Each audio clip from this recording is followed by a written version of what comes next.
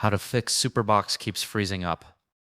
To resolve freezing issues on your Superbox, start by restarting both the device and your router to refresh connections. Ensure your internet speed meets the minimum requirement of 20 to 50 gigabytes for smooth streaming.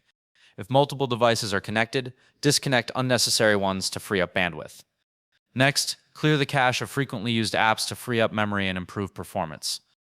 Uninstall any unused apps to prevent them from consuming resources. If possible, switch to a wired Ethernet connection for a more stable and faster internet connection. Alternatively, position your Superbox closer to the router or use a Wi-Fi extender to improve signal strength. Regularly update your Superbox's firmware and apps to fix bugs and enhance performance. If freezing persists, perform a factory reset to resolve corrupted settings. Remember to back up any important data before resetting.